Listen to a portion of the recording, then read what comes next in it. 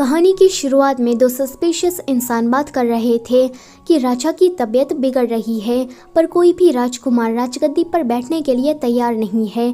पहला राजकुमार शव है, वो पूरा दिन अय्याशिया करता रहता है, एक नंबर का लड़कीबाज है। राजा ने उसकी शादी डोंगलिन की राजकुमारी फुची से तय कर दी है, अब तो उनकी बर्बादी होना तय है। फिर हम कहानी के मेल लीड शौहे को देखते हैं। वो किसी ब्रोथल में लड़कियों के साथ गुलछर्रे उड़ा रहा था। वो सोचता है कि राजा मेरी शादी डोंगलिन की राजकुमारी से कराकर मुझे क्राउन प्रिंस बनाना चाहते हैं, पर मैं उसकी इस चाल को नाकामयाब कर दूंगा। ये है डोंगलिन की राजकुमारी फुची, कहानी की फीमेल लीड। उसकी मेड उसे कहती है कि आज आपकी शादी है, राजकुमार आपको लेने की जगह पर लड़कियों के साथ मजे करने में बिजी है। ये सुनकर फुची कहती है कि जिस ब्रोथल में राजकुमार रुके हुए हैं, मुझे भी वहाँ पर जाना है। शौहे का नौकर अतान आकर कहता है कि राजकुमार आप जल्दी से छुप जाइए, राजकुमारी इसी तरफ आ रही है। तो शौहे कहता है कि उससे कौन डरता है, आने दो। तभी ही वहाँ पर फुची घोड़े के साथ एक जबरदस्त एंट्री लेती है। शौहे अपनी तारीफ करने लगता है, पर फुची तो उस पर ध्यान ही नहीं देती। वो ब्रोथल की लड़कियों के साथ बात करने लगती है, तो शौहे उसे कहता है कि देखो मैं एक राजकुमार हूँ। तो फुची उसे दूर धक्का देकर उसकी जगह पर बैठ जाती है। शौहे जैसे ही उसे बुलाने के लिए चाहता है, तो वो कहती है कि कहा ना कि चुप रहो। अगले सीन में वो दोनों राजा के सामने खड़े थे। राजा शौहे को डांटते हैं कि आज तुम्हारी शादी थी, फिर भी तुम ब्रोथल जैसी जगह पर चले गए, तुम्हारे अंदर अक्ल वक्ल है कि नहीं। तो शौहे कहता है कि क्या मैंने आपसे कहा था कि मुझे शादी करनी है, आपने ही जबरदस्ती मेरी शादी करवाई है। तो फुची सोचती है कि मैंने भी अपने डैड की वजह से शादी की है, वरना इस कमीने के गले पड़ता ही कौन। राजा अभी भी शौहे को डांट रहे थे, तो फुची उसे डिफेंस करती है। राजा उसे कहते हैं कि जरा देखो राजकुमारी को, वो आते ही तुम्हारे बारे में कितना सोचने लगी है, और एक तुम हो।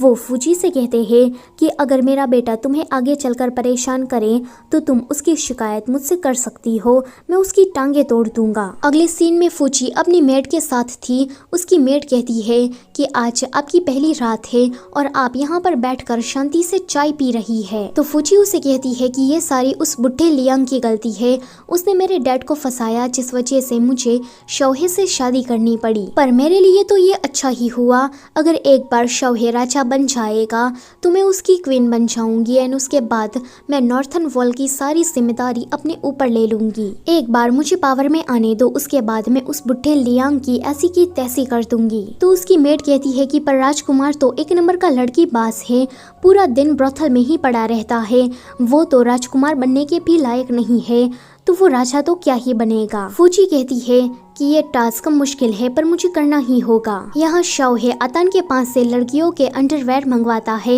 एंड कहता है कि मैं इसको अच्छे कामों में यूज करूंगा। उसके बाद हम दूसरे राजकुमार शव्यू को देखते हैं, जो कि खांसते हुए आ रहा था। सभी के सामने तो वो बीमार होने का नाटक करता है, बाकी तो वो काफी स्ट्रॉन्ग है, आप देख ही सकते हो। उसका सर्वेंट उसे कहता है कि आप इतने ज्यादा स्ट्रॉन्ग है, पर फिर भी बीमार होने का नाटक करते हैं, क्या आपको क्राउन प्रिंस नहीं बनना है। तो वो कहता है कि बिल्कुल भी नहीं, तुमने क्या उस श्राप के बारे में नहीं सुना है।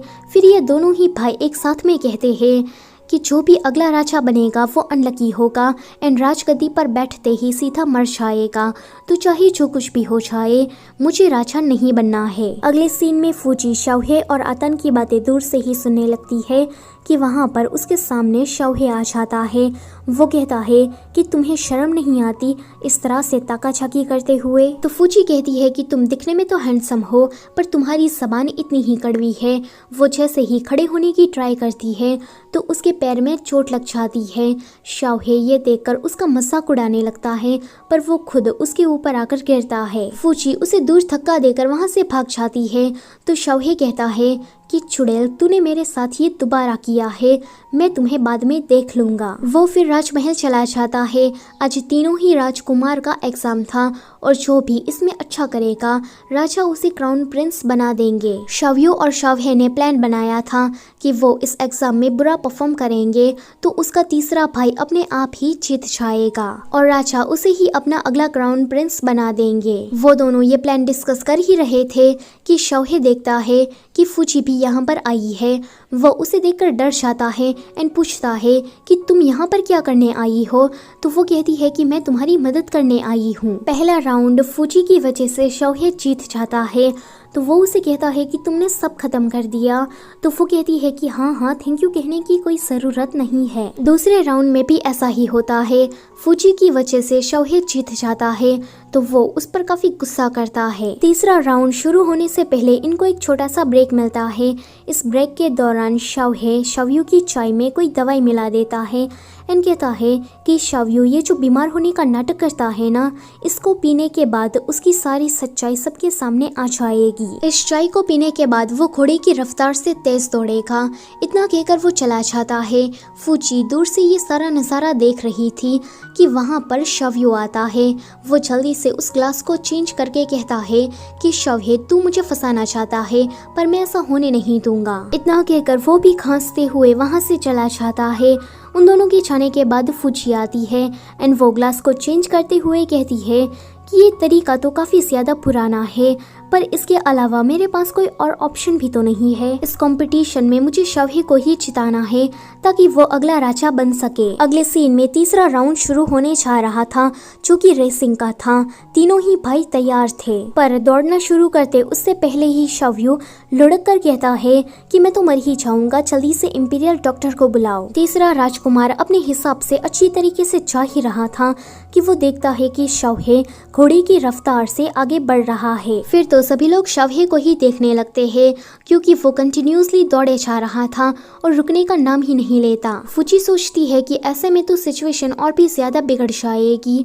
वो उसे साइड में लेकर आती है एंड उसे शांत कराने के लिए उसे किस करती है। ये वाला सीन यहीं पर ही कट होता है। अगले सीन में हम देखते हैं कि राजा शव्य की तारीफ कर रहे थे क्योंकि शव्य ने तीनों के तीनों राउंड क्लियर किए थे। वो खुश होकर उसे ही क्राउन प्रिंस बना देते हैं। आगे ये दोनों घर वापस जा रहे थे। फूजी उसे कहती है कि थैंक्स मत कहना, तुम्हें तो अपने आप को लकी समझना चाहिए क्योंकि तुम्हें मेरी जैसी वाइफ मिली है। शव्य को उस पर गुस्सा आ रहा था। वो सोचता है कि तुमने मेरे इतने सालों की मेहनत बर्बाद कर दी। मन तो करता है कि तुम्हारा गला घोट कर तुम्हें मार दूं पर मैं ऐसा नहीं कर सकता। जब वो दोनों सोने के लिए जाते हैं तो दोनों को ही उसी किस के बारे में याद आता है।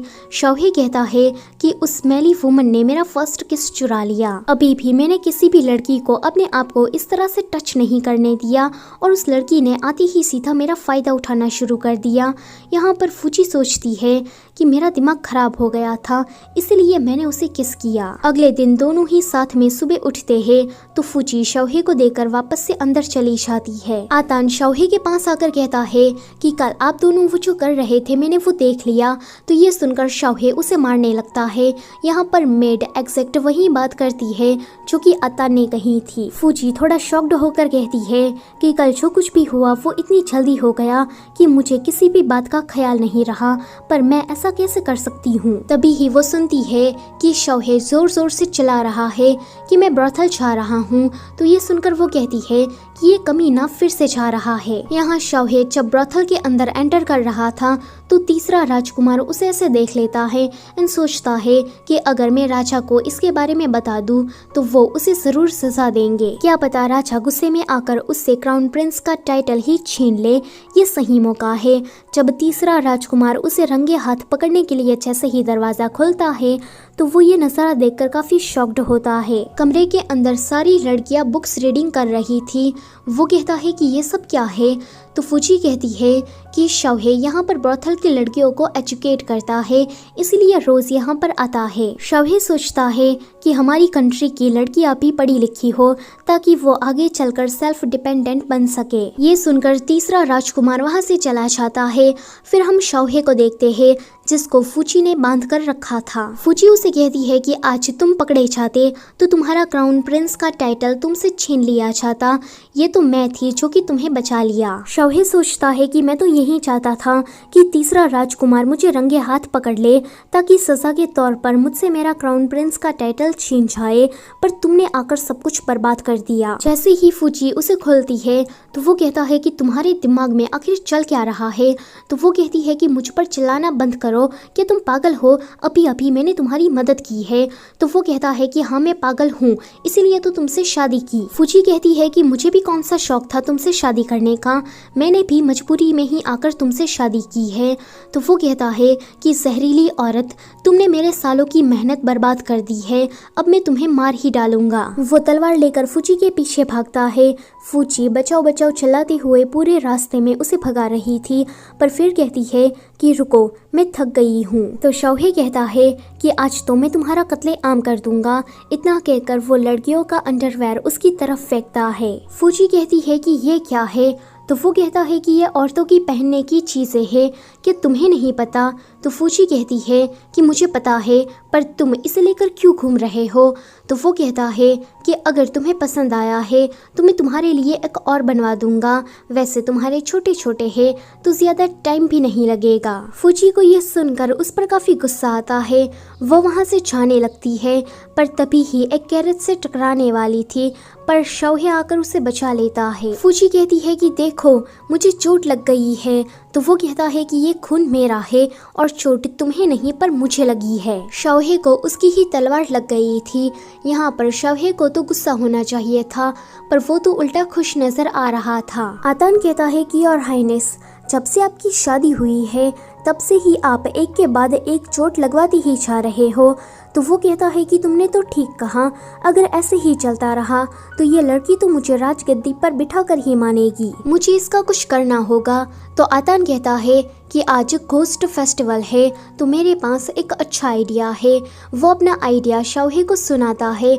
तो शौहे कहता है कि अच्छा, तो इसका मतलब ये है कि मुझे उसे बाहर नहीं निकालना पड़ेगा, वो अपने आप ही मेरा घर छोड़कर चली जाएगी। यहाँ फूची शौहे के कमरे में जाकर लड़कियों के लाली पाउडर, उसके अंडरवेयर, सारी चीजें चुरा कर वहाँ से भाग रही थी। तो उसका सामना शौहे से होता है। फूची तो डर जाती है कि कहीं शौहे उसे इस तरह से पकड़ ना ले, पर शौहे आतान से कहता है कि ये मेरी तरफ देख क्यों नहीं रही। तो आतान कहता है कि जहाँ तक मैंने सुना है कि अगर कोई लड़की आपकी तरफ देखकर तुरंत नजरें फेर ले तो इसका मतलब ये है कि वो लड़की पक्का आपको पसंद करती है। तभी ही फूची उसकी तरफ देखकर स्माइल करती है। तो आतान कहता है कि देखा, वो आपकी तरफ स्माइल कर रही है, इसका मतलब ये है कि लड़की आपके प्यार में पूरा पागल हो गई है। फूची उसे बिना बात किए हुए ही वहाँ से चली जाती है। तो शौहे को लगता है कि ये तो सच में मुझे पसंद करने लगी है। अगले सीन में शौहे फूची को डिनर के लिए इनवाइट करता है। वो उसे कहता है कि तुम्हें पता है ना, आज घोस्ट फेस्टिवल है। तो वो कहती है कि हाँ, मैंने सुना है आज के दिन लोग अपने मरे हुए रिलेटिव्स का शौक मनाते हैं। तो वो कहता है कि इतना ही नहीं, आज के दिन नरक के दरवाजे खुले होते हैं, आज के दिन भूत प्रेत सभी खुले आम सड़कों पर घूमते हैं। तभी ही वहाँ पर आतान भूत के गेटअप में आकर फूची को डराने लगता है। फूची उसे दूर जाने को कह रही थी। तो वो कहता है कि तुम किससे बातें कर रही हो? फूची कहती है कि भूत, कि वो तुम्हें दिख नहीं रहा? तो वो कहता है कि बकवास करना बंद करो, यहाँ पर कोई नहीं है। आतान फूची को और भी ज्यादा डराने लगता है। फूची डर के मारे शौहे के गले लग जाती है। तो शौहे सोचता है कि लगता है कि मैंने कुछ ज्यादा ही कर दिया, ये तो सच में डर रही है। वो आतान से कहता है कि ओए घोस्ट, यहाँ से निकल, मेरी राजकुमारी डर रही है। आतान को छाता देखकर फूची की जान में जान आती है, पर वो देखती है कि अभी वो शौहे के काफी क्लोज है। शौहे उसे कहता है कि नीचे उतरो, तुम काफी भारी हो। अगले सीन में फूची की मेड उसे कह रही थी कि यहाँ पर तो भूत प्रेत रहते हैं, हमें यहाँ नहीं रहना चाहिए, सबके सोने के बाद हम यहाँ से भाग जाएंगे। फूची कहती है कि ऐसी बातें मत करो, हम इस जगह के अलावा और कहाँ जा सकते हैं, तुम शांति से जाकर सो जाओ। ये सुनकर मेड वहाँ से चली जाती है। उसके जाने के बाद शौहे फूची को दूर से देख रहा था। वो सोचता है कि ये लड़की पक्का डर गई है कि तभी ही वहाँ पर आतान ज़ॉम्बी बनकर आता है। वो दोनों बातें कर ही रहे थे कि फूची दरवाज़ा खोलती है। वो आतान को देखकर कहती है कि वो तुम्हारे पीछे खड़ा है। वो शौहे का हाथ पकड़कर भागती है। थोड़ी पकड़म पकड़ाई के बाद वो उसे बेड पर लेकर जाती है और वहीं पर ही छुप जाती है। फूची कहती है कि देखो, वो फिर से आ गया। शौहे उसे ही देख रहा था। ये देखकर फूची अपनी नजरें नीचे कर लेती है। शौहे कहता है कि मुझे यहाँ पर सफोकेशन हो रहा है। वो जाने वाला था, पर फूची उसे रोककर कहती है कि मुझे काफी डर लग रहा है। ये सुनकर वो वहीं पर ही रुक जाता है। अब वो दोनों एक दूसरे को देखने लगते हैं एंड बस किस करने ही वाले थे कि फूची की मेड झाड़ू लेकर आती है एंड उस ज़ॉम्बी को पीटने लगती है। फूची कहती है कि आतान ये तुम हो। अगले सीन में वो उसकी क्लास ले रही थी। वो कहती है कि आज तुमने मुझे भूत और ज़ॉम्बी बनकर 2 बार डराया है। आतान कहता है कि मैं आपको डरा नहीं रहा था, बस प्ले के लिए एक्टिंग कर रहा था, तो बताओ मेरी एक्टिंग आपको कैसी लगी। तो वो कहती है कि तेरी एक्टिंग की ऐसी की तैसी, तूने तो मेरी जान ही निकाल दी थी, अब निकल यहाँ से। शौहे भी उसके साथ जाने वाला था पर वो उसे रोक कर कहती है कि तुम भी इसके साथ ही थे ना। तो वो कहता है कि तुमने सालों पुराने मेरे प्लान को बर्बाद कर दिया तो तुम ये डिजर्व करती हो। वैसे मुझे ऐसा लगता है कि तुम्हें राजगद्दी की पावर चाहिए। तो वो कहती है कि ऐसी कोई बात नहीं है। तो वो कहता है कि फिर ये बताओ कि तुम मुझे राजा बनाने के लिए इतनी मेहनत क्यों कर रही हो। तो फूची कहती है कि वो तो मैं तुम्हें पसंद करती हूँ।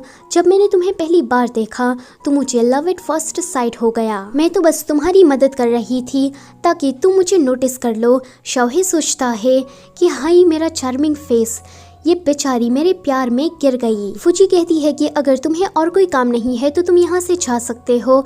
बाहर शौहे को आतान मिलता है। आतान कहता है कि अभी अभी राजकुमारी ने आपको कन्फेस किया। तो वो ब्लश करने लगता है एंड कहता है कि उसने मेरे छुपे हुए टैलेंट को पहचान लिया। मैं इतना हैंडसम हूँ तो इसमें मैं क्या कर सकता हूँ। अगले सीन में इनका फैमिली डिनर चल रहा था। शव्यू जानबूझकर शौहे को टोंट मारता है कि ये तो हर रोज ब्रोथल चाहता है। फूची कहती है कि ये ब्रोथल चाहता है पर लड़कियों को पढ़ाने के लिए, वो कोई ऐसा वैसा काम नहीं करता। शौहे भी अब पीछे नहीं रहता।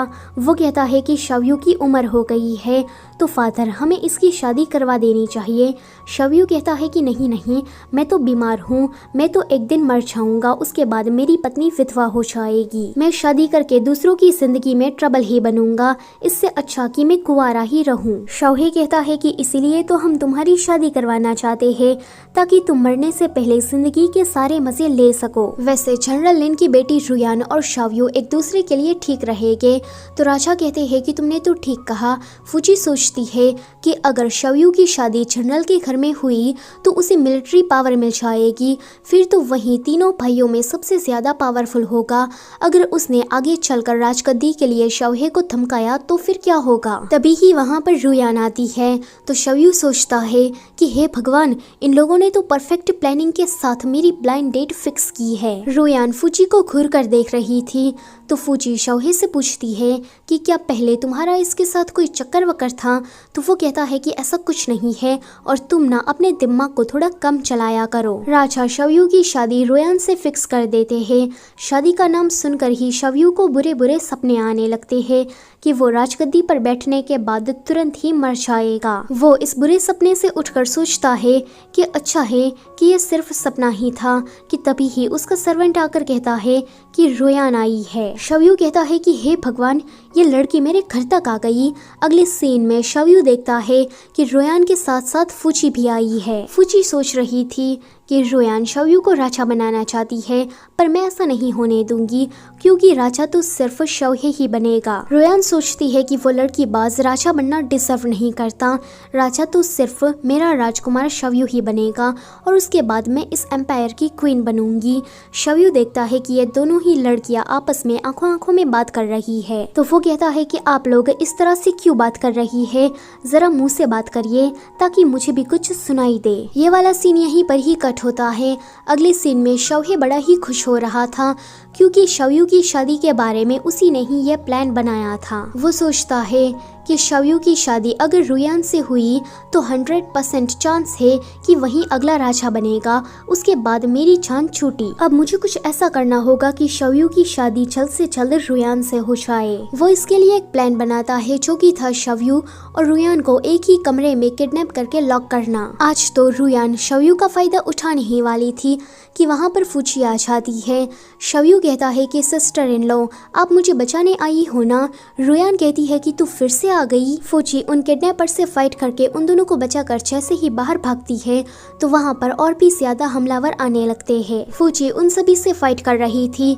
जब कोई भी नहीं देख रहा था तो शव्यू भी एक दो हमलावरों को धो डालता है पर फिर रुयान के पीछे जाकर छुप जाता है। रुयान सोचती है कि कैसा डरपोक सा राजकुमार है। फूची गिरने वाली थी तो शव्यू उसे बचा लेता है। तभी ही वहाँ पर शौहे आता है। वो ये नज़ारा देखकर सोचता है कि मेरी वाइफ मेरे छोटे भाई के साथ। तो अतान कहता है कि गुस्सा मत करिए, वैसे भी ये सारा सेटअप तो आपने ही किया था। फिर शौहे उन हमलावरों से फाइट करने लगता है। फिर से फूची गिरने वाली थी, तो इस बार शौयू की जगह पर शौहे उसे बचाकर कहता है कि तुम्हें बचाने का हक सिर्फ मुझे ही है और किसी को नहीं। अगले सीन में वो दोनों घर वापस जा रहे थे। शौहे सोचता है कि आजकल ये फूची शौयू के मामले में कुछ ज्यादा ही इन्वॉल्व होने लगी है, कहीं वो सीक्रेटली शौयू को पसंद तो नहीं करती ना। फूची सोच रही थी कि हमलावर अचानक से ही आ गए, फिर शौहे के आने के बाद सीधा भाग भी गए, ये कितनी अजीब बात है। दूसरी तरफ शौयू सोच रहा था कि शौहे ने ही मेरी किडनैपिंग करवाई ताकि मेरी शादी उस रुयान से हो जाए और मैं उसकी जगह पर अगला राजा बन जाऊं। तो उसका सर्वेंट कहता है कि पर फूची आपको बचाने के लिए आई, तो ये काम शौहे का नहीं हो सकता। तो शौयू कहता है कि ये बस एक कोइंसिडेंस भी तो हो सकता है। वैसे तुमने एक बात नोटिस की कि जब भी रोयान मेरे घर आती है तो फूची भी उसके पीछे आ जाती है। सर्वेंट कहता है कि जरूर फूची आपके खिलाफ कोई प्लॉटिंग वगैरह कर रही होगी। तो शौयू कहता है कि तू समझा नहीं, वो मुझे पसंद करने लगी है, पर जो भी हो अभी वो रोयान से पीछा छुड़ाने में मेरी मदद कर रही है, तो मेरे लिए इतना ही काफी है। अगले सीन में रोयान शौयू को मिलने के लिए बुलाती है। दरअसल में ये इन दोनों की एक तरह की डेट थी कि तभी ही वहाँ पर फूची आ जाती है। शौयू उसे देखकर खुश हो जाता है, पर रुयान कहती है कि हम दोनों जहाँ भी होते हैं तुम वहाँ क्यों आ जाती हो। फूची कहती है कि देखो तुम दोनों अभी तालाब के पास खड़े हो, अगर पानी वाला राक्षस बाहर आकर राजकुमार को निकल गया तो क्या होगा, क्या तुम उसकी जिम्मेदारी लोगी? मैं तो यहाँ पर राजकुमार को बचाने आई हूँ। कि तभी ही वहाँ पर शौहे आता है। वो कहता है कि जहाँ पर मेरी राजकुमारी होगी मुझे तो वहाँ पर होना ही था। फूची कहती है कि पर तुम्हें किसी ने भी बुलाया नहीं है। तो वो कहता है कि मेरी मर्जी, मैं जहाँ चाहूँ। तभी ही वहाँ पर तीसरा राजकुमार आ जाता है। रोयान की अच्छी खासी डेट ये लोग बिगाड़ देते हैं। तो रोयान शौयू से कहती है कि क्यों ना हम दोनों टहलने के लिए जाए। कि तभी ही फूची आकर शौयू से कहती है कि चलो ड्रिंक करते हैं। अब ये देखकर शौहे को छलन होती है। वो कहता है कि मेरी वाइफ की जगह पर मैं ड्रिंक करता हूँ। फूची सोचती है कि इसका बिहेव पूरे दिन अजीब सा रहा, पता नहीं इसे क्या हुआ है, लगता है कि कोई सीरियस बीमारी हो गई है। तभी ही वहाँ पर फायरवर्क्स होना शुरू हो जाता है। फूची ये देखकर कहती है कि फायरवर्क्स को अपने करीबी इंसान के साथ देखने में कितना अच्छा लगता है। शौहे सोचता है कि क्या अभी अभी इसने मुझे करीबी कहा। वो आधी रात में फूची का दरवाजा खटखटाता है एंड कहता है कि काफी सोचने के बाद मैंने ये फैसला लिया है कि आज से आधा बेड मेरा तुम्हारा हुआ, मेरा आधा घर भी तुम्हारा हुआ, जो चीज मेरी है आज से वो आधी तुम्हारी हुई। फूची उसके क्लोज जाकर उसे स्मेल करने लगती है, तो उसको लगता है कि ये मुझे किस करने वाली है, पर फूची कहती है कि तुम ड्रंक तो नहीं हो। वो कहता है कि स्टूपिड लड़की, क्या तुम्हें समझ में नहीं आया कि मैं तुमसे क्या कहना चाहता हूँ। इतना कहकर वो अपने हाथ फैला देता है ताकि फूची उसके गले लग सके, पर फूची तो दरवाजा ही बंद कर देती है। वो कहता है कि ये जरा सा भी इंटरेस्टिंग नहीं था। अगले सीन में राजा इन तीनों भाइयों को वर्ल्ड टूर के लिए भेज देते हैं ताकि इन तीनों को प्रजा के बारे में समझ आ सके, मतलब कि उनकी प्रजा किस तरह से रहती है ये बात उन्हें समझ में आ सके। इस वर्ल्ड टूर के दौरान शौयू को देखकर जानबूझकर फूची के क्लोज आने लगता है और उसे दिखा दिखा कर फूची को एक कपल ब्रेसलेट गिफ्ट में देता है। जब शौयू फूची को कोई फ्रूट खाने के लिए देता है तो बीच में शौहे आकर उसे खा जाता है। राजा की तबीयत बिगड़ रही थी। वो सोचते हैं कि जब तीनों राजकुमार ट्रिप से वापस आ जाएंगे तब मैं अपने सक्सेसर की अनाउंसमेंट कर दूंगा। यहाँ पर ये दोनों मछली पकड़ने के लिए तालाब के पास आए थे, पर वहाँ बोर्ड लगा था कि यहाँ पर फिशिंग करना मना है। कि तभी ही वहाँ पर शौहे आकर फूची से चिपकने लगता है। फूची इन हरकतों से शौहे से अब तंग आ गई थी। उसी रास्ते से बूढ़ा कपल रोते हुए गुजर रहा था एंड वो दोनों इनके पास आकर ही लुढ़कते हैं। फूची उनसे पूछती है कि आपको क्या हुआ, तो वो लोग कहते हैं कि वो कुत्ता मैजिस्ट्रेट हम आम इंसानों को छीने नहीं देता, वो हमें अपनी पावर दिखाकर बुली करता है। उसने हमारे घर छीन लिए और सामान की भी चोरी कर ली और मेरा बेटा। इतना कहकर ही वो रुक जाते हैं। फूची देखती है कि उनके हाथ में छार है, तो वो कहती है कि ये जानकर बुरा लगा कि आपका बेटा भरी जवानी में मर गया। शौयू कहता है कि आप दोनों की उम्र हो गई है। वो आपको इस तरह से अकेला छोड़कर कैसे जा सकता है। ग्रैंडमा कहती है कि तुमसे ये किसने कह दिया कि मेरा बेटा मर चुका है। तो फूची कहती है कि फिर ये चार। तो ग्रैंडपा कहते हैं कि मेरे बेटे ने आज खाना नहीं खाया, इसलिए हम उसके लिए अचार लेकर जा रहे हैं। उन दोनों कपल के वहाँ से जाने के बाद शौहे इनका मजाक उड़ाते हुए कहता है कि बिना कुछ सोचे समझे बोलने का यही नतीजा होता है। हो गया पोपट, करवा ली बेइज्जती। फूची कहती है कि इसे छोड़ो, हमें यहाँ पर पता लगा है कि मैजिस्ट्रेट बुरा इंसान है, तो हमें उसका भांडा फोड़कर उसे सजा देनी चाहिए। तो शौहे कहता है कि अब तुम क्या करने वाली हो। तो वो कहती है कि मैं अपनी प्रजा को न्याय दिलवाऊंगी। तीसरा राजकुमार भी वहीं पर ही था और उसने भी ये सारी बातें सुन ली थी। अगले सीन में ये दोनों भाई प्लान बना रहे थे कि मैजिस्ट्रेट का सारा मामला वो तीसरे राजकुमार को सॉल्व करने के लिए देंगे ताकि राजा की नजरों में वो हीरो बन जाए। शौयू कहता है कि पर तीसरा राजकुमार तो एक नंबर का गधा है, उससे कुछ ना हो पाएगा। तो शौहे कहता है कि हम दोनों सारी मेहनत करेंगे और क्रेडिट हम उसे दे देंगे। शौयू कहता है कि ये अच्छा आइडिया है, वैसे भी हमारी वाइफ हम दोनों के साथ है। तो शौहे कहता है कि क्या कहा हमारी वाइफ, फूची सिर्फ मेरी वाइफ है। तो शौयू कहता है कि हाँ तुम उसे रख सकते हो, वैसे मुझे वो नहीं चाहिए। तो शौहे कहता है कि तुम्हारा ये मतलब है कि मेरी वाइफ बुरी है। शौयू कहता है कि मेरा वो मतलब नहीं था, फूची काफ़ी भोली भाली है, तो हमें उसे दूर रखना चाहिए ताकि वो बीच में कोई ट्रबल खड़ी ना करे। इतना कहकर बस वो जा ही रहा था कि रास्ते में उसका सामना रुयान से होता है। वो उसे कहता है कि तुम मेरा पीछा करते करते कैपिटल से यहाँ तक आ गई। तो रुयान कहती है कि अब तो हम इंगेज्ड है, तो हमें साथ साथ ही रहना चाहिए। इस तरह से कपल में प्यार बढ़ता है।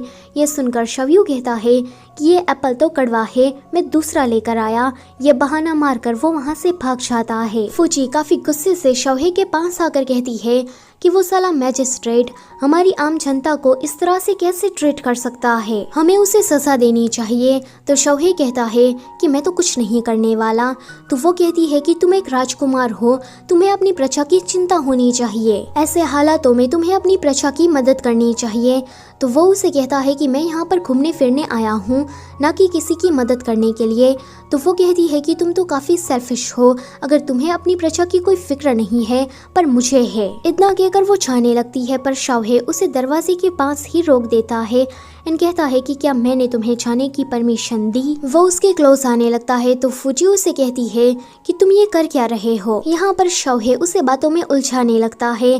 तो फूजी उसे दूर होकर कहती है कि मुझे जाने दो, पर जैसे ही वो जाने की ट्राई करती है तो वो देखती है कि वो तो दरवाजे से चिपक गई है। शौहे कहता है कि कोशिश करना बेकार है, क्योंकि मैंने इस ग्लू को बनाने में काफी मेहनत की है। वो वहाँ से जा रहा था, पर जाते जाते कहता है कि मुझे ज्यादा याद मत करना, मैं थोड़ी ही देर में आया। शौहे के वहाँ से जाने के बाद शौयू आता है एंड फूजी से कहने लगता है कि सिस्टर इन लॉ अब आप ही मुझे बचा सकती है। वो आफत की गुड़िया मेरा पीछा करते करते यहाँ तक आ गई। फूजी कहती है कि मैं यहाँ पर हूँ।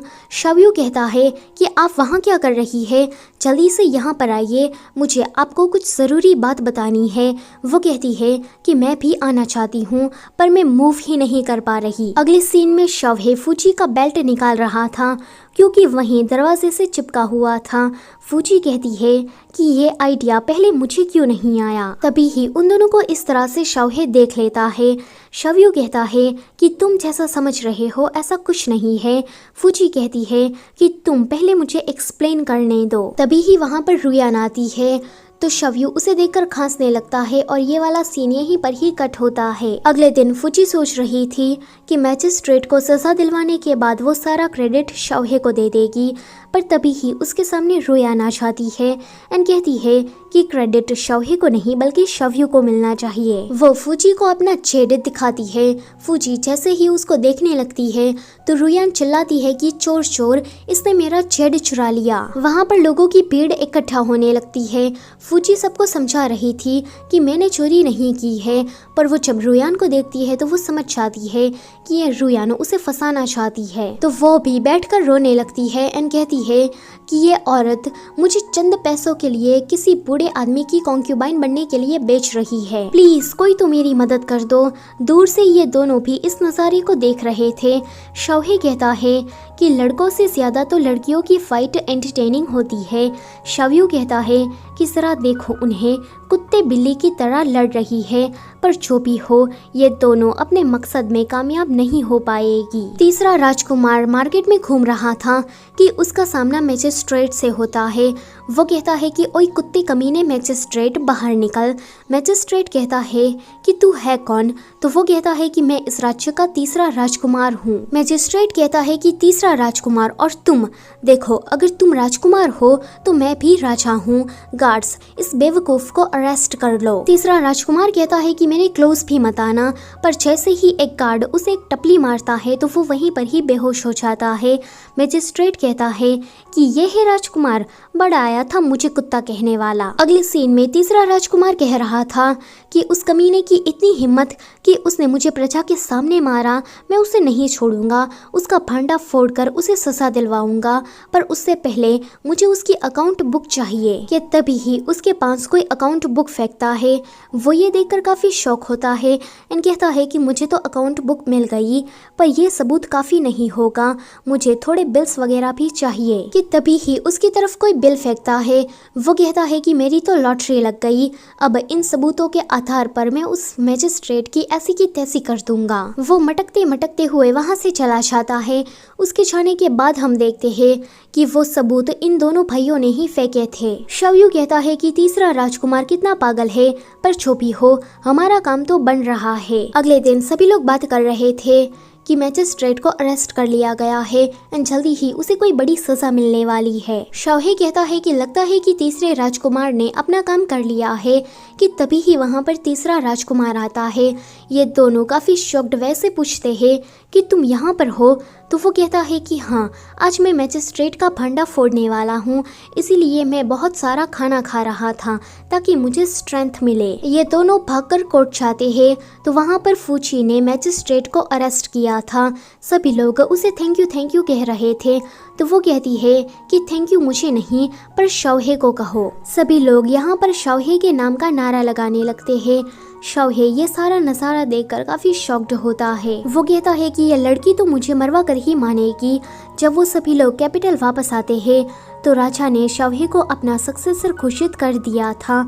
ये सुनकर शौहे के पैरों तले से जमीन ही खिसक जाती है। पर फूची वो तो काफी खुश थी क्योंकि अब तो वो रानी बनने वाली है। अगले सीन में वो काफ़ी परेशान था। वो आतान से कहता है कि मेरे मरने के बाद मेरी लाश को एक अच्छे से कफन में रखना, और हाँ, मरने से पहले मेरा मेकअप भी कर देना क्योंकि मुझे एक ब्यूटीफुल मौत चाहिए। तभी ही वहाँ पर फूची आती है तो वो कहता है कि मैं अकेला क्यों मरूं, मेरे साथ इसको भी दफना देना। तभी ही वहाँ पर शव्यू ढोल नगाड़े के साथ शवहे को कॉन्ग्रेचुलेशन कहने के लिए आता है। वो उसे कहता है कि अब तो तुम ऑफिशियली क्राउन प्रिंस बन गए हो, तो तुम्हें हमें पार्टी देनी होगी। ये सुनकर शवहे को तो मौत सी आ जाती है। अगले सीन में ये तीनों बैठकर सेलिब्रेट कर रहे थे, मेरा मतलब सिर्फ 2 ही लोग। शवहे काफ़ी सैड बैठा था तो फूची उसे कहती है कि तुम तो ऐसे एक्ट कर रहे हो जैसे कि तुम्हारे ऊपर आसमान आकर गिरा हो। ये सुनकर शव्यू हंसने लगता है तो फिर से शवहे बेहोश हो जाता है।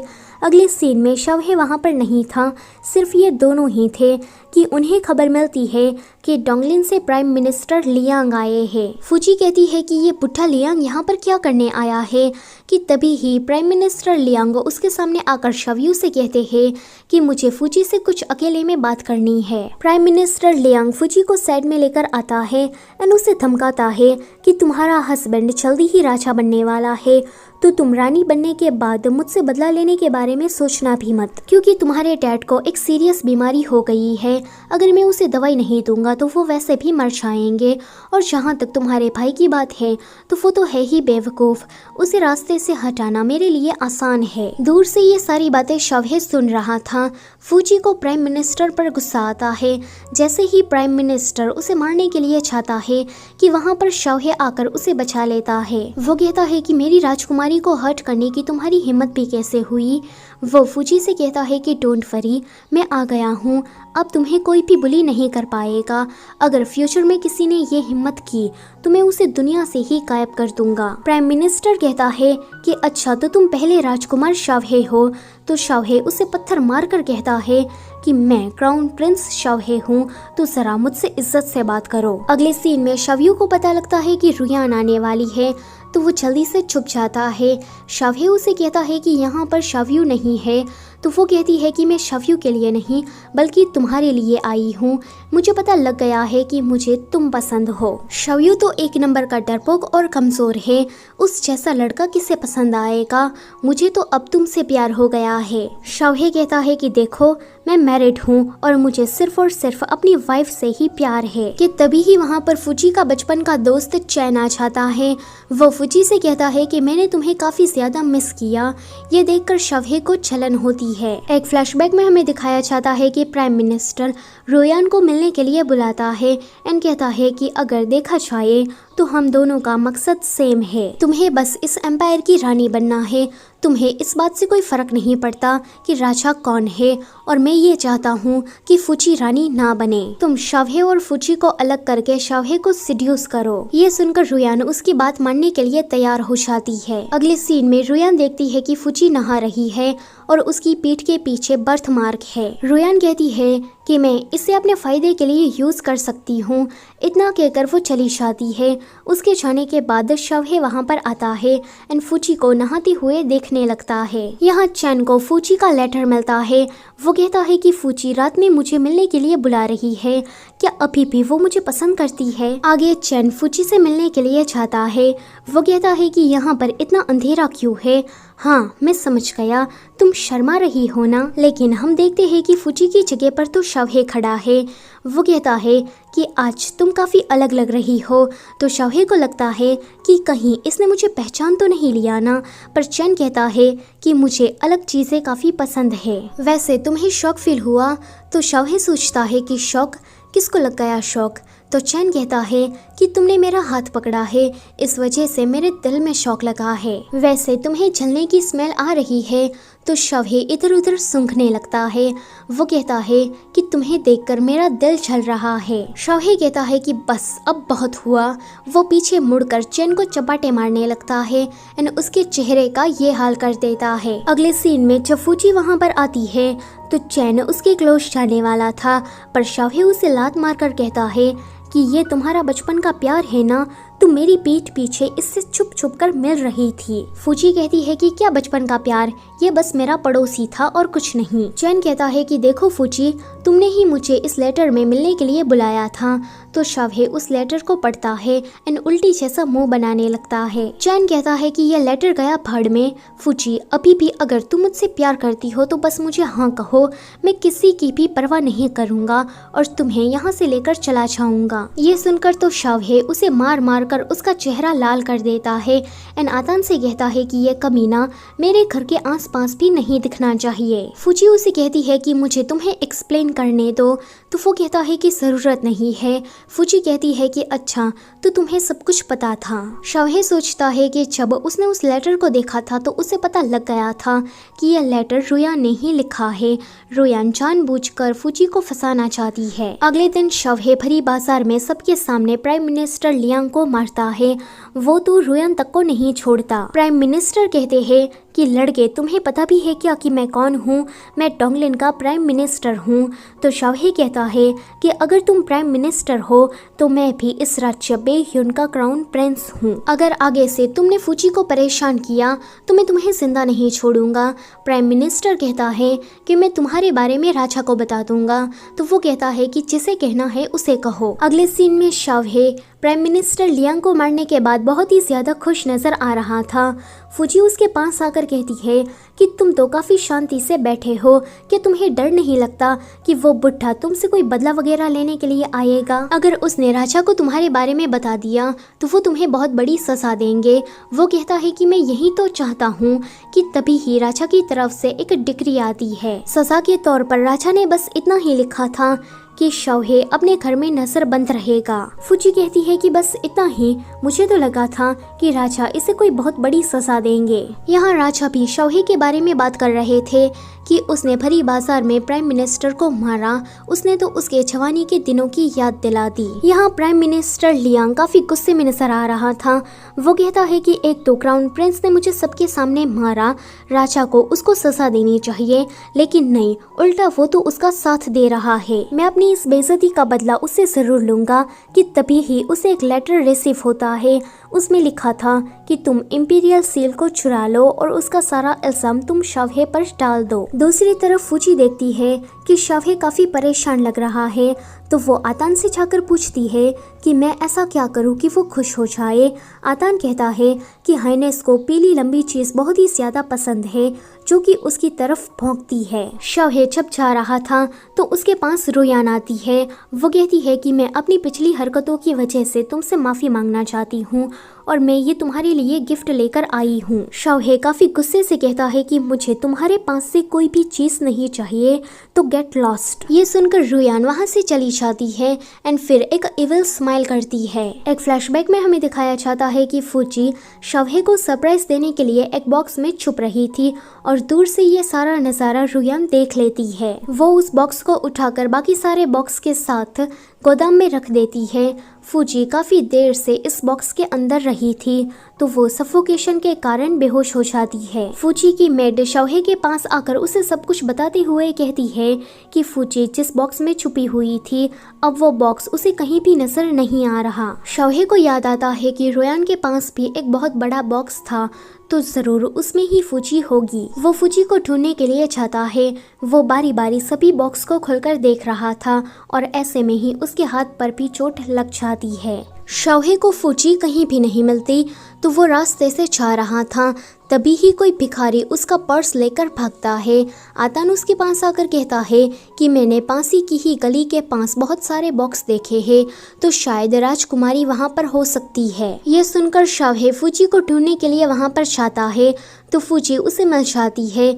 फूची रो रही थी, तो वो कहता है कि माफ करना, मैं आने में लेट हो गया। फूची उसे कहती है कि मैं तुम्हें सरप्राइज देना चाहती थी, इसलिए स्टफ टॉय वाला कुत्ता मैं तुम्हारे लिए लाई, ये तुम्हें पसंद आया? तो वो कहता है कि हाँ, मुझे बहुत ही ज़्यादा पसंद आया। आतान कहता है कि मैं डिग्री के बारे में बात कर रहा था, पर राजकुमारी ने कुत्ता ही समझ लिया। अगले सीन में शौहे फूची को सुला देता है एंड उसके बाद आतान के कान में कुछ कहता है। जब आतान वहाँ से चला जाता है तो वो फूची के साथ वहीं पर ही सो जाता है। यहाँ रुयान को आतान ने बॉक्स के अंदर बंद कर दिया था। रुयान चिल्लाती है कि मुझे खोलो, मुझे टॉयलेट के लिए जाना है। आतान कहता है कि शौहे ने कहा है कि तुम्हें 12 घंटों के बाद ही खोला जाए। तो वो कहती है कि पर मुझे जोर की लगी है। तो आतान कहता है कि मैं क्या करूं, वहीं पर ही कर लो। रुयान कहती है कि मैं यहाँ कैसे कर सकती हूँ, पर आतान तो वहाँ से जा चुका था। अगले दिन आतान उसे खाना देने के लिए आता है, तो रुयान उस खाने को फेंक कर सोचती है कि अभी मैंने खाना खाया तो सच में मैं यहीं पर ही कर दूंगी। ये सारी गलती उस शौहे की है, एक बार मुझे बाहर निकलने दो, इस बात का बदला मैं उसे जरूर लूंगी। आतान आकर शौहे से कहता है कि आपका पर्स जिस भिखारी ने चुराया था वो कोई आम इंसान नहीं है। तो शौहे कहता है कि पता है, उसको प्राइम मिनिस्टर ने ही भेजा होगा। आतान कहता है कि क्या हमें उसे पकड़ना चाहिए?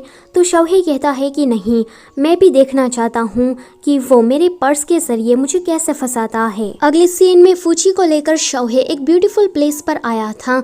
फूची उसे कहती है कि इस जगह को देखो, मुझे नहीं।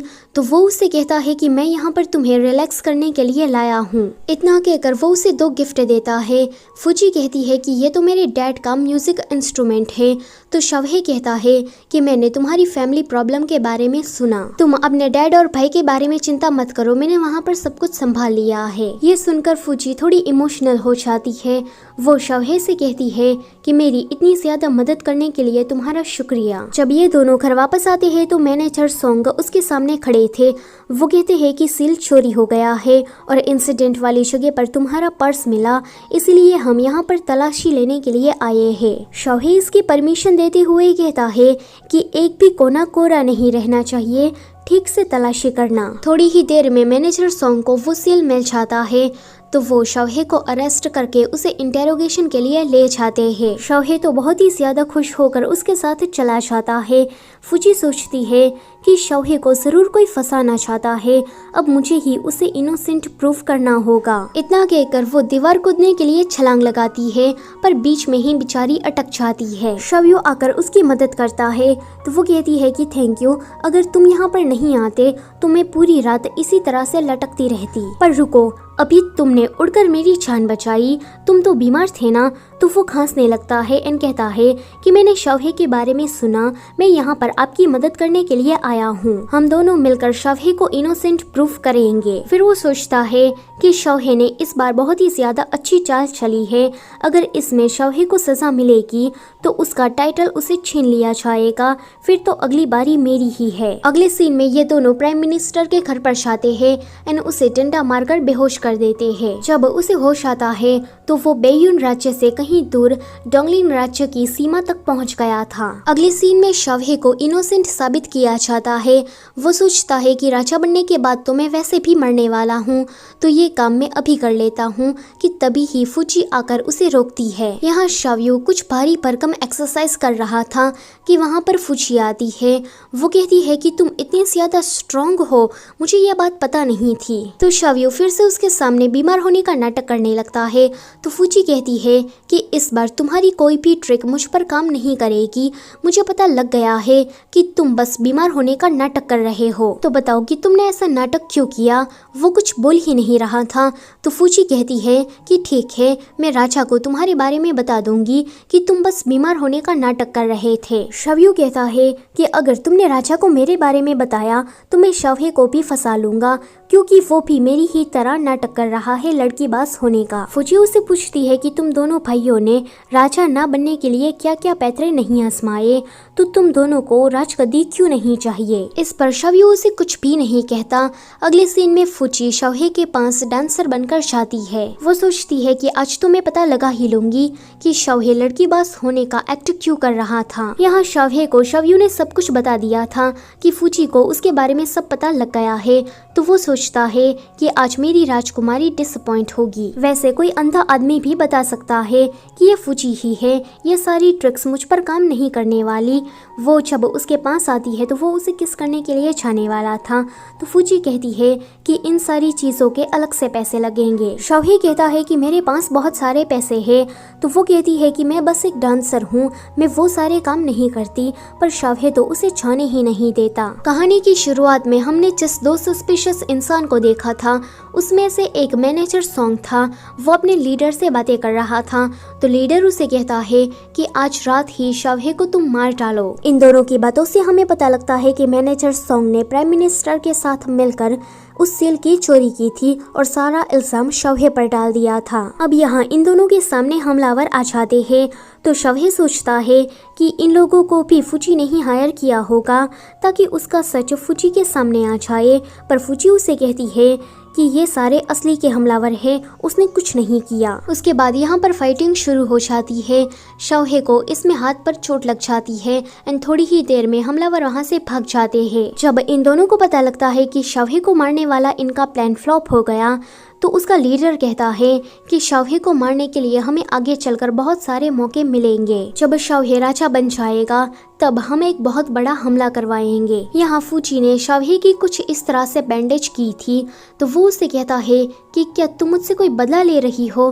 तो वो कहती है कि हाँ, तुम ये डिजर्व करते हो। शौर्य बीमार होने का नाटक करता है और तुम लड़की बाज, तुम दोनों ही ऐसा क्यों करते हो, मुझे इस बात का जवाब चाहिए। पर शौहे उसे कुछ भी नहीं कहता। थोड़ी देर के बाद आतान आकर कहता है कि वो सारे हमलावर भाग गए, जिस वजह से हमें ये नहीं पता लगा कि उसको किसने भेजा और वो सारे हमलावर कौन थे। शौहे कहता है कि मुझे ऐसा लगता है कि राजमहल के अंदर जरूर कोई लोमड़ी छुपी हुई है, हमें इंतजार करना चाहिए, वो लोमड़ी जरूर अपनी पूंछ बाहर निकालेगी। फूजी को मैनेजर सॉन्ग मिलते हैं।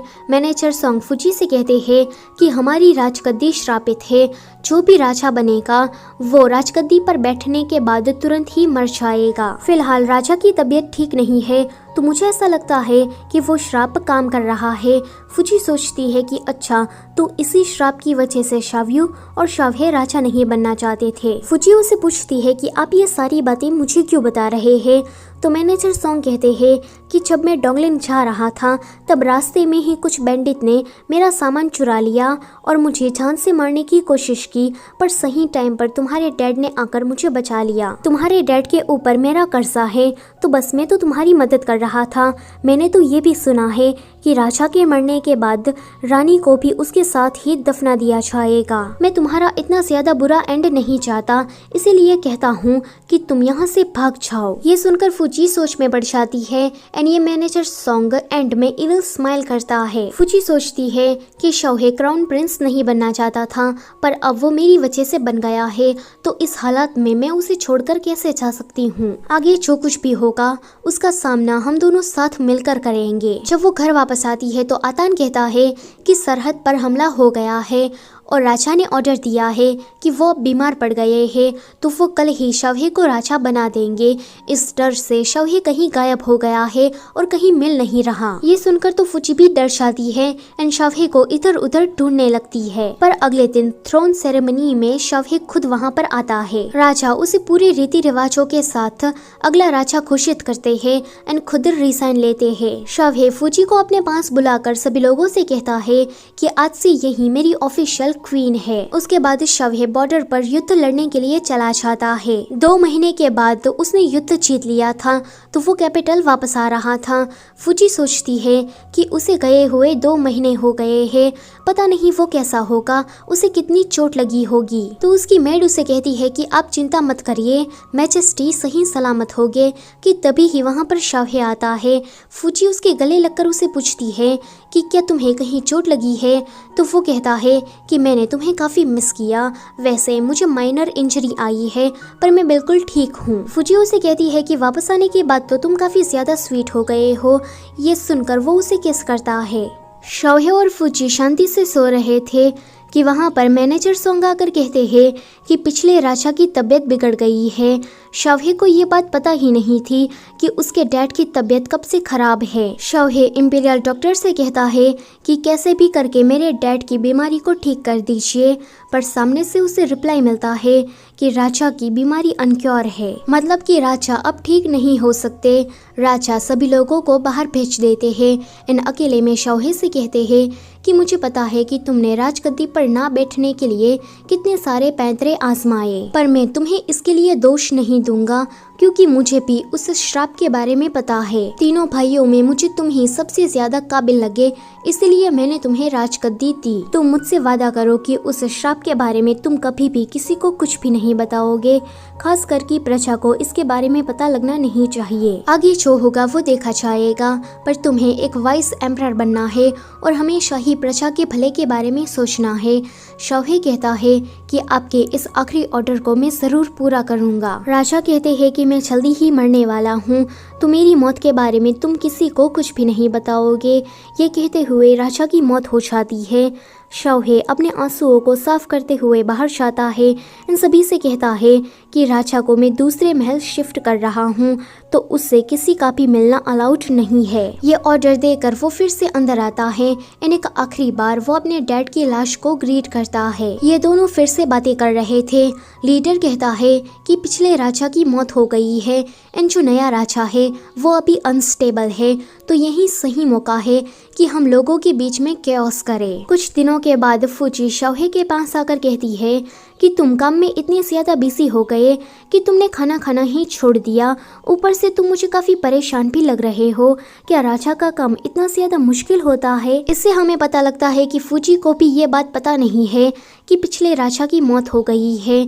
शावहे उससे कहता है कि मुझे सच में भूख नहीं लगती। फुजी उसे कहती है कि मैं तुम्हारे लिए ऐसा खाना बनाकर लाई हूँ जिससे तुम्हारी भूख बढ़ जाए। शावहे तो खाना देखकर डर ही जाता है क्योंकि एक डिश में मिर्च तो दूसरी में लहसुन और अदरक थे। तभी ही वहाँ पर रुयान आती है। वो कहती है कि पिछले राजा की तबीयत के बारे में मैंने सुना, तो मैं यहाँ पर हालचाल पूछने के लिए आई हूँ। फुजी उसे कहती है कि तुम फिर से आ गई, देखो हमें तुम्हारे कंसर्न की कोई जरूरत नहीं है। शावहे कहता है कि रानी ने जो कहा मेरा वही मतलब था, तो तुम यहाँ से जा सकती हो। पर रुयान तो उसके करीब आकर खाने को देखकर कहती है कि तुम राजा को इस तरह का खाना कैसे खिला सकती हो, ऐसा खाना तो कोई जानवर भी नहीं खाता। शाओहे कहता है कि क्या तुम मेरी बेइज्जती कर रही हो। फूजी कहती है कि ये सारा खाना मैंने अपने हाथों से बनाया है। इतना कहकर वो शाओहे को अपने हाथों से खिलाने लगती है। बेचारे शाओहे को भी ना चाहते हुए ये सब कुछ खाना पड़ रहा था। उसे ये खाना इतना ज्यादा तीखा लगता है कि वो रोयान के सामने ही फूजी को किस करता है। फूजी कहती है कि ये खाना सच में अच्छा नहीं है, तो वो कहता है कि नहीं, बहुत ही ज्यादा डिलीशियस था। रोयान ये सब कुछ देखकर बाहर जाकर गुस्सा करने लगती है कि तभी ही कोई गार्ड आकर कहता है कि राजा तुमसे अकेले में मिलना चाहते हैं। रोयान सोचती है कि अच्छा, तो शाओहे बस फूजी के सामने नाटक कर रहा था, बाकी उसे मुझ में इंटरेस्ट है। रोयान जिस जगह पर जाती है वहाँ पर शाओहे तो नहीं था, पर उसे पिछले राजा का टैबलेट मिल जाता है। वो शौक होकर कहती है कि क्या पिछले राजा की मौत हो गई है, कि तभी ही उसे एक वहाँ पर बुक मिलती है। उस बुक के अंदर उस श्राप के बारे में लिखा था। ये सब कुछ जानने के बाद रोयान काफी हैरान होती है। जब वो बाहर जाती है तो प्रजा हल्ला मचा रही थी, क्योंकि बाहर भी उस कर्ज के बारे में सभी लोगों को पता लग गया था। इन लोग ये बातें कर रहे थे कि अगर राजा को उस कर्ज से मुक्ति चाहिए तो उसे अपनी रानी की बलि चढ़ानी होगी। रोयान सोचती है कि मैंने तो श्राप के बारे में किसी को कुछ भी नहीं बताया, तो इनको कैसे पता लग गया। जो भी हो, मेरा तो काम बन रहा है। फूजी के मरने के बाद शाओहे की अगली रानी मैं ही बनूंगी। यहाँ सारे मंत्री शाओहे से सवाल पूछ रहे थे कि प्रजा में जो अफवाह फैली है श्राप के बारे में, क्या वो सच है। शाओहे किसी को भी जवाब नहीं दे रहा था कि वहाँ पर रोयान आती है। वो उसे कहती है कि अगर तुम चाहो तो मैं तुम्हारी मदद कर सकती हूँ, बदले में तुम मुझे अपनी रानी बनाओगे। तो शाओहे उसे कहता है कि गेट लॉस्ट। आगे शाओहे अपने डैड के टैबलेट के पास जाकर कहता है कि पहले मुझे फूजी को बचाना होगा। अभी तक फूजी को इसके बारे में कुछ पता नहीं है, तो मैं जल्दी ही उसको उसकी क्वीन की पोजीशन से हटा दूंगा। प्रजा में अफरा तफरी का माहौल बना हुआ है। सारे मंत्री मुझसे सवाल पूछ रहे हैं, पर मेरे पास उनको देने के लिए जवाब नहीं है। इन हालातों में अगर आप यहाँ पर होते तो क्या करते, कि तभी ही शाओहे को रोयान का जेड ब्रेसलेट मिलता है। वो समझ जाता है कि रोयान यहाँ पर आई थी। वो सोचता है कि सीक्रेट रूम के बारे में रोयान को कैसे पता लगा। अब वो उतनी ज्यादा स्मार्ट तो है नहीं कि वो खुद से ही इन सारी चीजों के बारे में पता लगा सके। इसके पीछे जरूर किसी न किसी का हाथ होगा। अगले दिन फूजी जब शाओहे से मिलने के लिए जाती है तो उसे कहा जाता है कि तुम राजा से नहीं मिल सकती, अभी वो बिजी है। कि तभी ही फूजी सुनती है कि कमरे के अंदर से रोयान और शाओहे की हंसने की आवाज आ रही है। फूजी जल्दी से दरवाजा खोलकर अंदर जाती है तो वो देखती है कि रोयान तो शाओहे की गोद में बैठकर उसे अंगूर खिला रही है। फूजी उससे पूछती है कि शाओहे ये सब कुछ क्या है, तो वो कहता है कि तुम्हें दिख नहीं रहा कि मैं रोयान के साथ बिजी हूँ, अभी मुझे तुमसे कोई बात नहीं करनी है, तो तुम यहाँ से जा सकती हो। फूजी नहीं जाती एंड वहीं पर ही खड़ी रहती है। तो रोयान कहती है कि तुमने सुना नहीं कि राजा ने क्या कहा। शाओहे फूजी के सामने ही रोयान को अपने क्लोज करता है। तो फूजी उसे कहती है कि तुम अचानक से ही ऐसा क्यों करने लगे हो, जो भी सच है वो मुझे बता दो, मैं तुम्हें नहीं रोकूंगी और तुम्हारे काम में भी टांग नहीं अड़ाऊंगी। शाओहे उसका हाथ चटक कर कहता है कि अब क्या मुझे तुम्हें सारी बातें रिपोर्ट करनी होगी, मेरा तुमसे मन भर गया है तो तुम यहाँ से जा सकती हो। ये सुनकर फूजी उसे एक चाटा मारती है। तो शाओहे कहता है कि मैं अभी के अभी क्वीन को उसकी पोजीशन से हटाता हूँ। गार्ड्स, इस औरत को मेरी नजरों से दूर करो। ये सुनकर फूजी अपने आप ही वहाँ से चली जाती है। फूजी को इस तरह से जाते हुए देखकर शाओहे को काफी बुरा लगता है। रोयान कहती है कि फूजी को तुमने क्वीन की पोजीशन से क्यों हटाया, अब किसकी बलि, कि तभी ही वो रुक जाती है। शाओहे उसे चाटा मार कर कहता है कि अब मेरी नई क्वीन तुम बनोगी और तुम्हारी बलि चढ़ेगी। रोयान तो रोने लगती है। वो कहती है कि मुझे क्वीन नहीं बनना है, प्लीज तुम मेरे साथ ऐसा मत करो। शाओहे उसे पूछता है कि वो सारे रूमर्स तुमने ही फैलाए थे ना। तो रोयान कहती है कि माना कि मैंने बहुत सारी गलती की, पर सच में इस बार मैंने कुछ नहीं किया। शाओहे कहता है कि तुम मेरे छोटे भाई शव्यू को छोड़कर अब मुझे सिड्यूस करने लगी हो ताकि तुम क्वीन बन सको। ऊपर से तुमने रॉयल सीक्रेट को भी लीक कर दिया। मुझे तो तुम्हें मार डालने का मन कर रहा है, पर उससे पहले मुझे तुम्हारे मुंह से सच सुनना है। रोयान उसे सच बता देती है कि उसे सीक्रेट रूम के बारे में कुछ भी पता नहीं था, वो तो बस एक्सीडेंटली यहाँ पर आ गई और उसे इन सारी चीजों के बारे में पता लग गया। ये सुनकर शाओहे कहता है कि आतान, इस लड़की को जेल में डाल दो। शाओहे लोगों के सामने आकर कहता है कि क्वीन को कोई हर्ट करना चाहता है, इसलिए किसी ने झूठी अफवाह फैलाई कि वो श्राप क्वीन की बलि चढ़ाने से मिट सकता है। हालांकि ऐसा कुछ नहीं है। वो थोड़े पेपर्स वगैरह प्रजा में बांटता है तो लोग बातें करने लगते हैं कि ये बात तो सच है, हमारी क्वीन को कोई हर्ट करना चाहता है। अब लोग शौहे की बात पर यकीन करने लगते हैं। शौहे उससे कहता है कि आज के बाद से क्वीन के बारे में कोई भी रूमर नहीं फैलाएगा। कि तभी ही वहाँ पर फूची आती है। पिछले कुछ दिनों में जो कुछ भी हो रहा था, अब वो सारी बातें फूची को भी पता लग जाती है। शौहे फूची को मनाने के लिए आता है तो फूची उससे कहती है कि मैं आज ही कोल्ड पैलेस से शिफ्ट हो रही हूँ, तो तुम क्वीन के महल का जो करना है वो कर सकते हो। शौहे उससे कहता है कि मैंने तुम्हें क्वीन की पोजीशन से हटाया, इसलिए तुम मुझसे नाराज होना। मुझे पता है कि मैंने गलती की है, तो प्लीज मुझे माफ कर दो। फूची उससे पूछती है कि बताओ तुमने कहाँ गलती करी है, तो वो कहता है कि अभी अभी बताया तो था। वो कहती है कि तुम ये तक नहीं जानते कि तुम कहाँ गलत हो। देखो, हम दोनों हस्बैंड वाइफ है, इसलिए हमारे बीच में कोई भी सीक्रेट नहीं होना चाहिए। मैं तो तुम्हें सब कुछ बताती हूँ, पर तुम मुझे कुछ भी नहीं बताते और अकेले अकेले ही सब कुछ करने के लिए चले जाते हो। शौहे कहता है कि अब मुझे अपनी गलती का एहसास हो गया है, तो तुम मुझे मार सकती हो। वो कहती है कि अभी भी तुम नहीं समझे, तुम तो उस रुयान से कुछ ज्यादा ही चिपक रहे थे। अगर तुम्हें कोई प्रॉब्लम थी तो तुम मुझसे शेयर करते, मैं भी तुम्हारे नाटक में तुम्हारा साथ देती, लेकिन नहीं, तुमने तो मुझे कुछ भी नहीं बताया। शौहे कहता है कि तुम क्या जेलस हो रही हो, तो देखो मैं तुम्हें बता दूं कि मैंने तुम्हें ऑफिशियल तरीके से कभी भी क्वीन के पद से नहीं हटाया है, तो तुम सीन क्रिएट करना बंद कर दो। तो वो कहती है कि क्या कहा, मैं सीन क्रिएट कर रही हूँ? मुझे पोजीशन की कोई परवाह नहीं है, बस परवाह है तो तुम्हारी इस बेकार के एटीट्यूड की। शौहे कहता है कि एक तो मैं तुमसे कब से माफी मांगे जा रहा हूँ और तुम मुझे समझने की जगह पर उल्टा मुझ पर गुस्सा निकाल रही हो। तुम तो काफी अनरीजनेबल हो। फूची कहती है कि ठीक है, मैं अनरीजनेबल हूँ, तो तुम जाओ अपने रीजनेबल लोगों के पास। इतना कहकर वो वहाँ से चली जाती है। शौहे चिल्लाता है कि इस लड़की की आखिर में प्रॉब्लम क्या है। अगले सीन में वो सोच रहा था कि माना कि मैंने गलती की, पर मैंने उससे माफी भी तो मांगी थी। अब वो मेरे पास नहीं आ रही तो मैं भी उसके पास नहीं जाने वाला। पर अगली ही सीन में वो फूची के पास जाने लगता है। कोल्ड पैलेस के पास उसे शव्यू मिलता है, तो वो शव्यू को देखकर अपना रास्ता ही बदल लेता है। पर शव्यू उसके पास आकर कहता है कि क्या आप सिस्टर इन लॉ को देखने आए हो? वो कहता है कि नहीं, तो मैं तो बस महल को देखने आया था कि इसको रिपेयर करना है कि नहीं। शव्यू कहता है कि मैंने कोल्ड पैलेस के पास से काफी डरावनी आवाजें आती हुई सुनी थी, जरूर सिस्टर इन लॉ डर रही होगी। मैंने तो ये भी सुना था कि वहाँ पर बहुत सारे चूहे कीड़े मकोड़े रहते हैं। फूची पता नहीं वहाँ पर कैसे रहती होगी, उसके पास कोई गर्म कपड़े नहीं है और अच्छा खाना नहीं है। बेचारी मेरी भाभी, पता नहीं उसके दिन कैसे कटेंगे। भाई, आपको उसे देखने जाना चाहिए। तो शौहे कहता है कि बिल्कुल भी नहीं। पर अगले ही सीन में वो फूची को देखने पहुंच जाता है। फूची कुछ सर्वेंट के साथ हॉटपॉट बना रही थी एंड शौहे को गालियां दे रही थी। तो शौहे कहता है कि शव्यू, तुमने मुझे जैसा बताया था यहाँ पर ऐसा तो कुछ नहीं है। शव्यू कहता है कि पर मैंने तो बुक में ऐसा ही पढ़ा था। शौहे कहता है कि अगर कोई दोबारा मुझे उसे देखने यहाँ लाया तो मैं उसे जेल में डाल दूंगा। पर रात होते ही शौहे फूची को फिर से देखने आता है।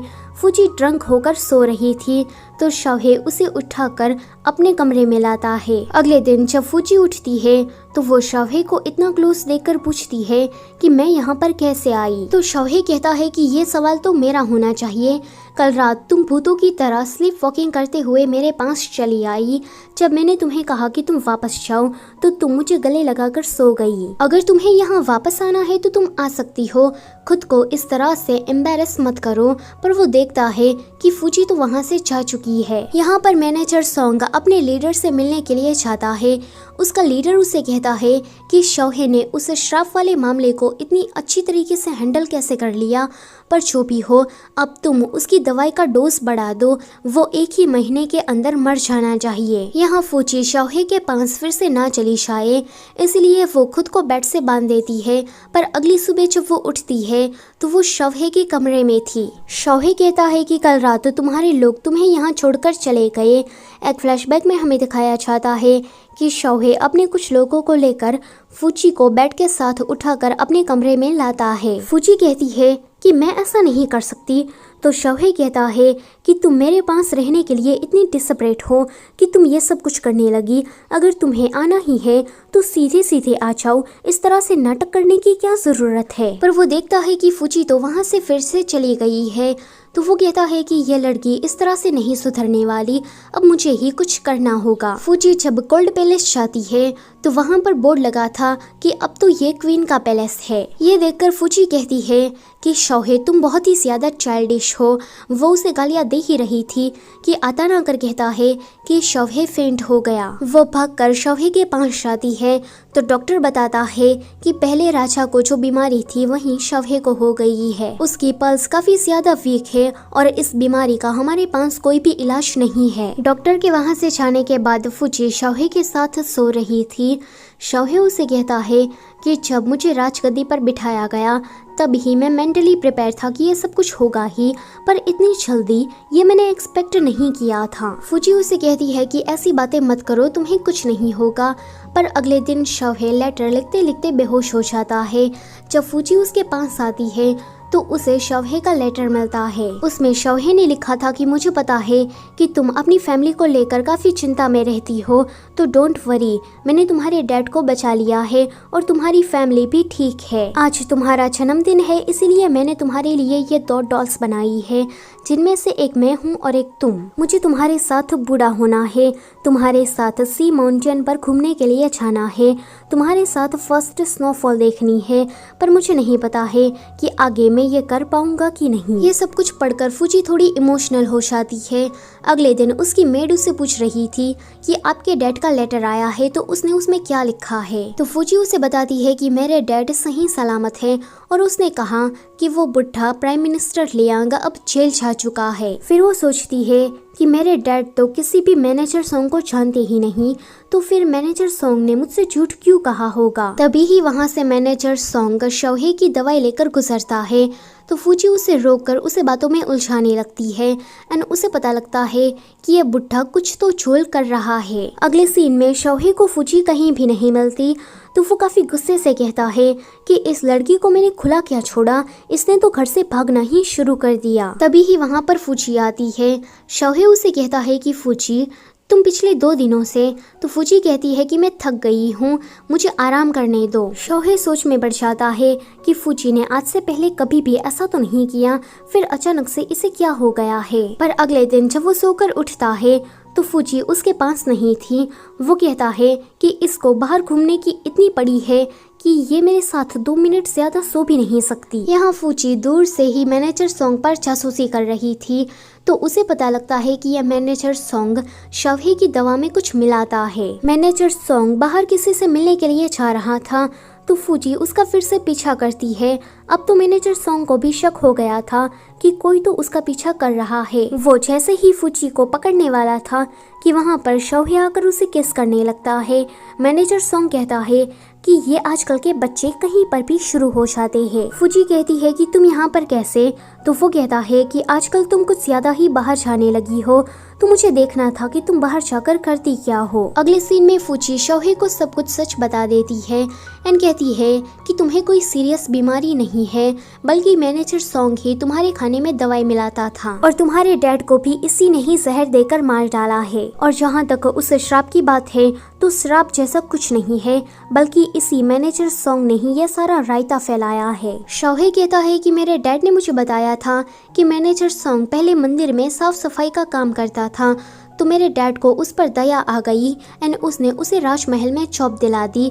पर ये बुढ़ा तो आस्तीन का सांप निकला। एक तो इसने मेरे डैड को मार डाला एंड अब ये मुझे भी मारने की कोशिश कर रहा है।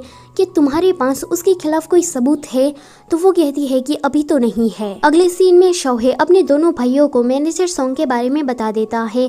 ये सुनकर इन दोनों को ही काफी गुस्सा आता है। फिर वो सभी लोग मैनेजर सॉन्ग के खिलाफ सबूत ढूंढने के लिए जाते हैं तो उनको पता लगता है कि ये जो मैनेजर सॉन्ग है वो शेन नाम के ग्रुप के लीडर के साथ बातें करता है और वो लीडर उसे जैसा करने को कहता है वो बिल्कुल वैसा ही करता है। उसी रात मैनेजर सॉन्ग उस लीडर से मिलने के लिए जा रहा था तो ये सभी लोग उसे रंगे हाथ पकड़ लेते हैं। शौहे उसको चपेड़े मार मार कर उसका चेहरा लाल कर देता है एंड फिर पूछता है कि तुमने जो भी क्राइम्स किए हैं उनको कन्फेस कर दो तो मैं तुम्हें एक अच्छी मौत दूंगा। मैनेजर सॉन्ग काफी एटीट्यूड के साथ कहता है कि मुझे मारना चाहते हो तो मार सकते हो, काटना चाहते हो तो काट सकते हो, पर मैं तुम्हें कुछ भी नहीं बताने वाला। शौही कहता है कि तुमने मेरे ग्रैंडपा को मार डाला, मेरे डैड को मार डाला एंड अब तुम मुझे मारने की कोशिश कर रहे हो।